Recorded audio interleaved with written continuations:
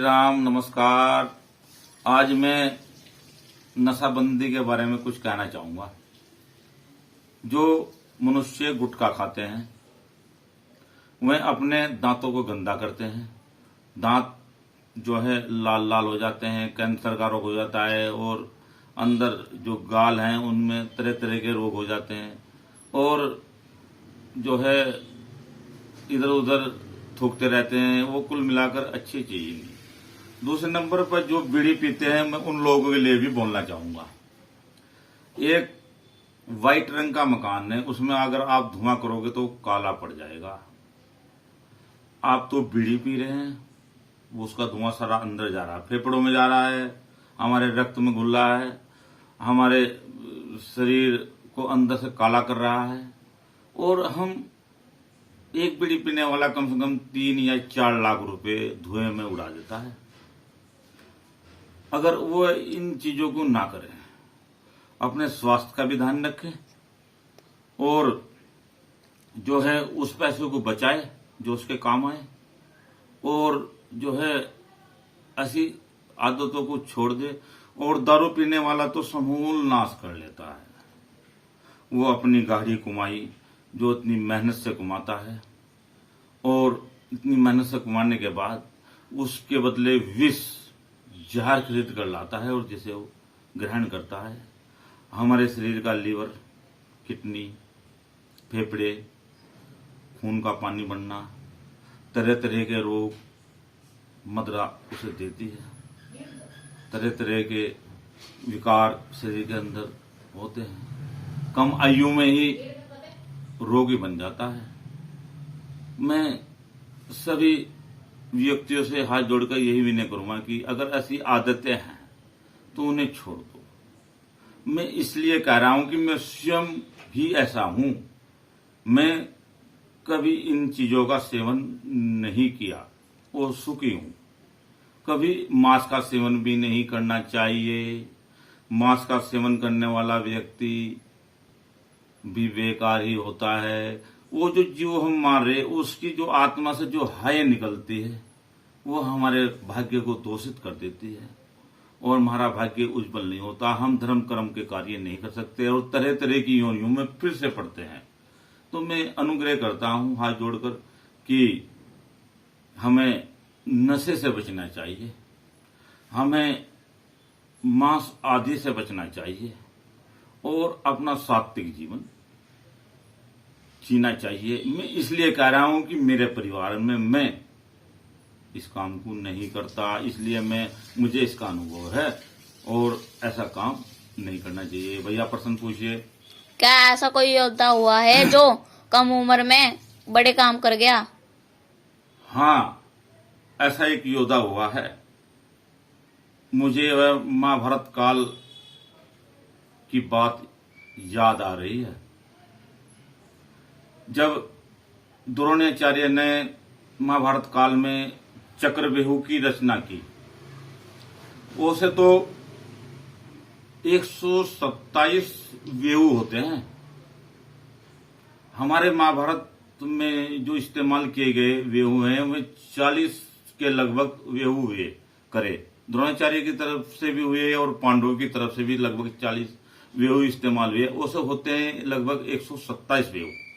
जैसे गरुड़ बेहू हो गया, चंद्र बेहू हो गया, सर्प बेहू हो गया, कमल बेहू हो गया, चक्र बेहू हो गया और कई कई प्रकार के बेहू जिनके नाम निर्धारित हैं, ऐसे बेहू होते हैं। इनमें सबसे जो खतरनाक बेहू है वो चक्र बेहू है, जिसकी रचना आज द्रोणाचार्य ने की।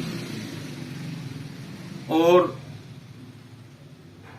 मैं इस कथा को आगे बढ़ाने से पहले एक बात कहूंगा कि चक्रव्यूह 7 जो है लाइनों में बनाया होता है, यानी सैनिक जो है चक्र के समान हो जाते हैं और घूमते रहते हैं, चारों तरफ घूमते रहते हैं। और जो है उसमें एक छोटा सा मुख होता है।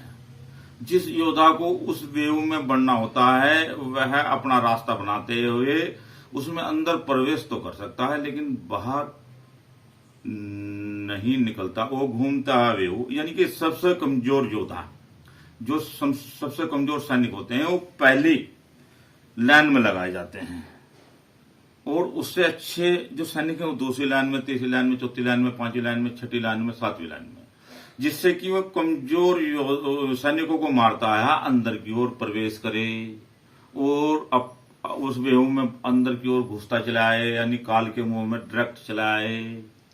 ये तुम्हें थोड़ी सी आपको चक्र बेहू की रचना बताई है कि इस तरीके से चक्र बेहू होता है, सबसे खतरनाक बेहू होता है। अब आज पांडव जब जो है 12 दिन का युद्ध पूरा कर चुके और 13वें युद्ध की तैयारी कर रहे थे, युधिष्ठिर, भीम, नकुल और सहदेव और अर्जुन सुशर्मा के साथ युद्ध करने के लिए गया हुआ था। भगवान श्री कृष्ण अर्जुन सुशर्मा के साथ युद्ध करने के लिए बाहर गए हुए थे। तभी द्रोणाचार्य ने चक्रव्यूह की रचना कर दी और एक गुप्तचर ने आकर बताया कि द्रोणाचार्य ने कल के लिए चक्रव्यूह की रचना कर दी। अब चक्रव्यूह को अर्जुन के अलावा कोई तोड़ना नहीं जानता था पांडवों में। अर्जुन, द्रोणाचार्य और भगवान श्री कृष्ण, ये 2-4 ही ऐसे व्यक्ति थे जो चक्रव्यूह को तोड़ना जानते थे। आज पांडव उदास है, परेशान है, क्योंकि वो तो बहुत दूर सुशर्मा के साथ युद्ध करने के लिए अर्जुन गया हुआ है और इधर जो है द्रोणाचार्य ने चक्रव्यूह की रचना कर दी। अब पांडवों में से तो कोई तोड़ना जानता ही नहीं। अब वे बेचारे जो है बहुत गंभीर हालत में बैठे हुए हैं और कह रहे हैं कि ये गुरु द्रोणाचार्य ने हमें कौन सी आपत्ति में डाल दिया। अब हम इस चक्र को कैसे तोड़ेंगे, इस बेहू को कैसे तोड़ेंगे। तभी वहां पर अभिमन्यु का आगमन होता है और कहता है कि तौश्री आप क्यों उदास बैठे हैं। महाराज युधिष्ठिर से कहता है कि आप क्यों उदास बैठे हैं, आप आज इतना जो है शांति का वातावरण क्यों हो रहा है, क्या कारण। तभी युधिष्ठिर कहता है कि हे पुत्र, द्रोणाचार्य ने चक्रव्यूह की रचना कर दी जिसमें से हम लोगों में से कोई भी तोड़ना नहीं जानता। तभी अभिमन्यु कहता है कि इसमें घबराने की क्या बात, मैं चक्रव्यूह के 6 दरवाजे तोड़ना जानता हूं लेकिन 7वां दरवाजा तोड़ना नहीं जानता। तभी युधिष्ठिर पूछता है कि हे पुत्र, तुमने ये कहां से सीखा। तभी अभिमन्यु कहता है कि जब माता श्री को मेरे पिताजी चक्रव्यूह की रचना के बारे में बता रहे थे, मैं गर्भ में था, मैं उस वक्त सब कुछ सुन रहा था। जब वह चक्रव्यूह में अंदर घुसने का रास्ता बता रहे थे, उसे तोड़ने का रास्ता बता रहे थे अंदर घुसने का, तब मैं सब सुन रहा था। तब चक्रव्यूह में जब प्रवेश हो जाता है सारी बात, उसके बाद माता श्री को नींद आ जाती है और पिताजी बोलना बंद कर देते हैं।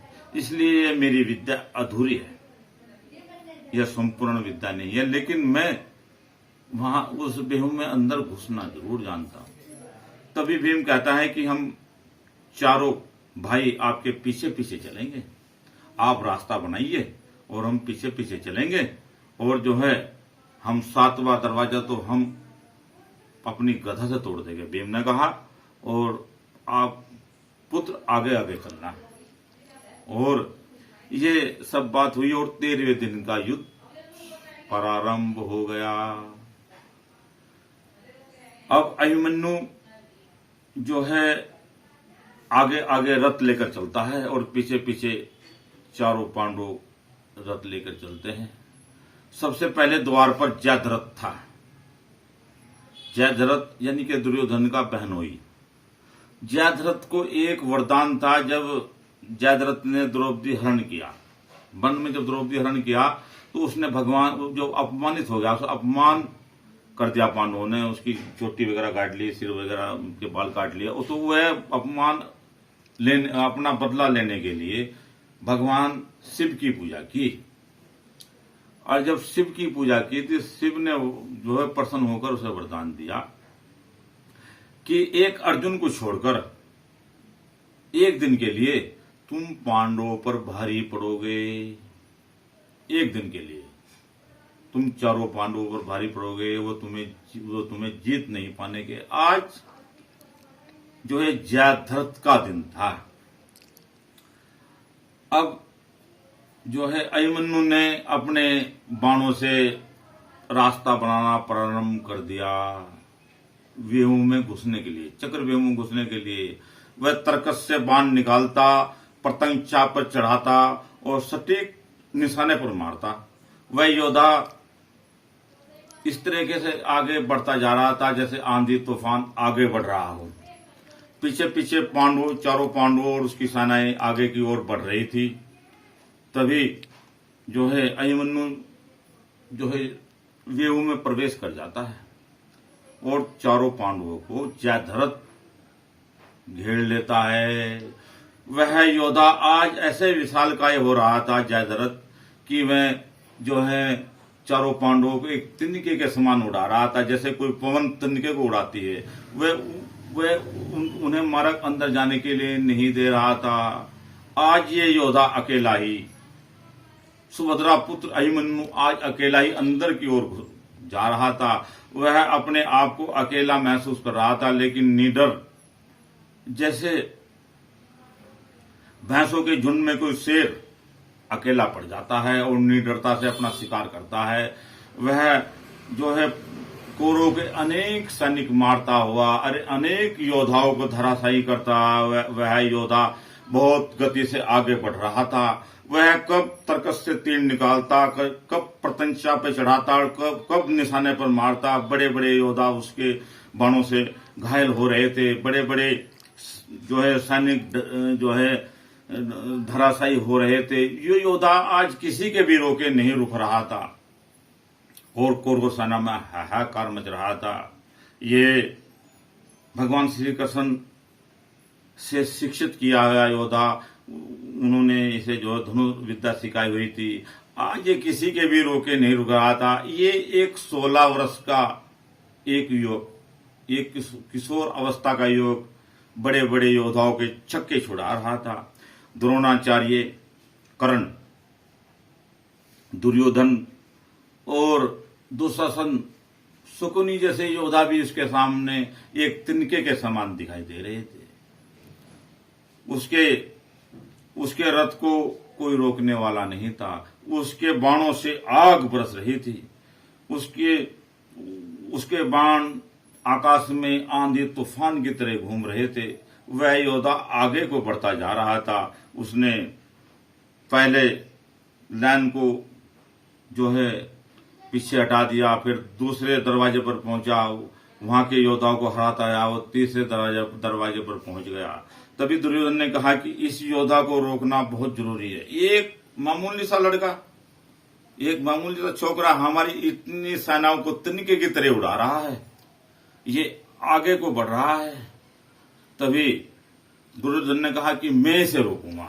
तभी उसका पुत्र बोला, नहीं पिताजी, ये मेरे समर्थ का योद्धा है, मैं इसे रोकूंगा और मैं इसका सर काटकर आपके चरणों में डाल दूंगा।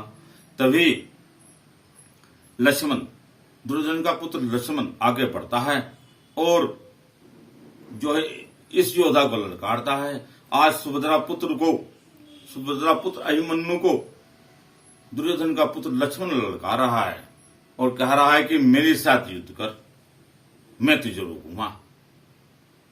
तभी अभिमन्यु ने अपना बाण एक तर्कस से निकाला, प्रत्यंचा पर चढ़ा और वह बाण इतनी गति से चलाया कि उसका सर कटकर दुर्योधन के चरणों में आ गिरा। अपने पुत्र की मृत्यु को देखकर वह बौखला गया और चिल्लाने लगा कि मुझे इसकी मृत्यु चाहिए। इस अर्जुन के पुत्र की मृत्यु चाहिए, इसने मेरे पुत्र को मार दिया, इसे चारों तरफ से घेर लो। सात महारथी कृपाचार्य, द्रोणाचार्य और दुर्योधन और शकुनी, दुशासन, कर्ण,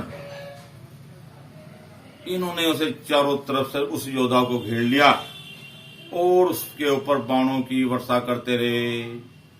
वह प्रत्येक योद्धाओं को प्रत्येक उत्तर देता रहा और अपने बाणों से उन्हें जो है घायल करता रहा और वह निडरता से आगे बढ़ता रहा।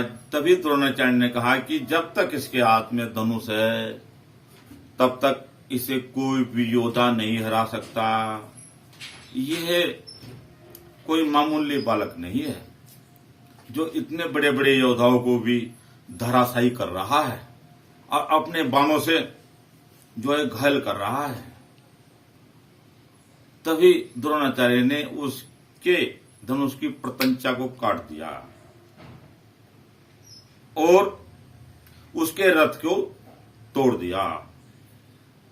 वह योद्धा बिना ही अस्त्र शस्त्र के लड़ता रहा। उसने रथ का एक डंडा उखाड़ा और इतनी गति से फेंका कि एक योद्धा का लगा, वो भी धराशायी होकर जमीन पर गिर गया। वह निहत्था हो गया। उसने रथ का पहिया चारों ओर इस तरीके से घुमाया मानो कोई चक्कर घूम रहा है और अपनी रक्षा करता रहा जैसे एक ढाल हो।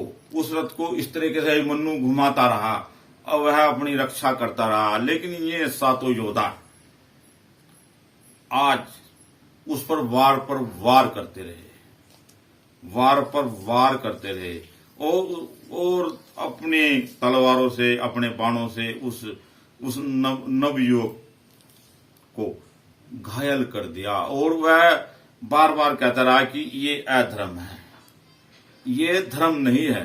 एक योद्धा के साथ एक योद्धा युद्ध कर सकता है।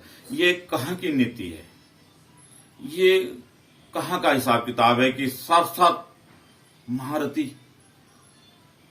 एक योद्धा को मार रहे हैं, एक के ऊपर आक्रमण कर रहे हैं, एक योद्धा का वध करने के लिए तैयार है।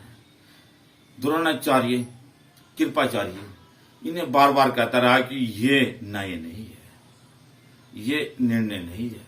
जब मेरे पिता को इस बात का पता चलेगा तो तुम कोई सा भी जीवित नहीं रहेगा।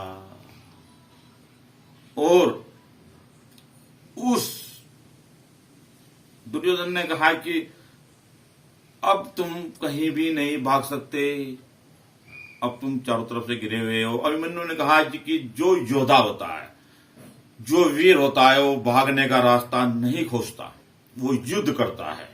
मुझे भागने का रास्ता खोजना भी नहीं है, मैं बराबर युद्ध करता रहूंगा और जब तक मेरे शरीर में जान है, जब तक मैं जिंदा हूं, मैं युद्ध करता रहूंगा, मैं भागने का रास्ता नहीं खोजूंगा। और उस पर बार बार आक्रमण करने के बाद वो योद्धा जमीन पर गिर जाता है और जो है परमात्मा में लीन हो जाता है। ये 7 महारथी उसकी लाश के चारों ओर नृत्य करते हैं और जयद्रथ उसके सिर पर फायर मारता है और उस योद्धा का अंत कर देते हैं, उसका वध कर देते हैं। और जब सुशर्मा को मारकर अर्जुन कृष्ण वापस लौट रहे थे तो अर्जुन कह रहा है कि हे माधव, आज मेरा मन बहुत अंदर से दुखी है, जैसे मेरी कोई वस्तु खो गई हो। मैं बहुत उदास हूं, अंदर से टूट चुका हूं। पता नहीं ऐसा क्यों हो रहा है, क्यों हो रहा है, क्या हुआ है। और तब वह जो है वहां आता है, अपने जो टेंट वगैरह लगे हुए थे देखता है क्या है कि सारे सैनिक उदास हैं और भाई भी उदास हैं। और जब उसे इस बात का पता चलता है कि अभिमन्यु मारा गया तो वो बहुत विलाप करता है, बहुत विलाप करता है, बहुत परेशान हो जाता है। और जब इस बात का पता चलता है कि जयद्रथ की वजह से मेरे पुत्र की मृत्यु हुई है। अगर जयद्रथ उन्हें मार्ग दे देता और पांडु अंदर चले जाते तो अभिमन्यु बच जाता। वह जयद्रथ पर बहुत क्रोधित हो जाता है, बहुत ज्यादा क्रोधित हो जाता है, और अर्जुन प्रतिज्ञा लेता है कि कल सूर्य डूबने से पहले मैं जयद्रथ का वध कर दूंगा, नहीं तो अग्नि समाधि ले लूंगा। और ये प्रण अर्जुन बहुत कठिन प्रण करता है। मैं इसके बारे में, जयद्रथ वध के बारे में अगली वीडियो में आपको बताऊंगा। मेरी इस वीडियो को लाइक कर देना और इस वीडियो को शुरू से लेकर अंत तक देखना। आधी अधूरी वीडियो कभी किसी को कुछ नहीं देती। आप कच्चा फल तोड़ोगे ना तो उसमें रस मिलेगा, ना स्वाद मिलेगा, ना आपको ताकत देगा। इसलिए आधी अधूरी वीडियो देखने से आपको क्या प्राप्त होगा?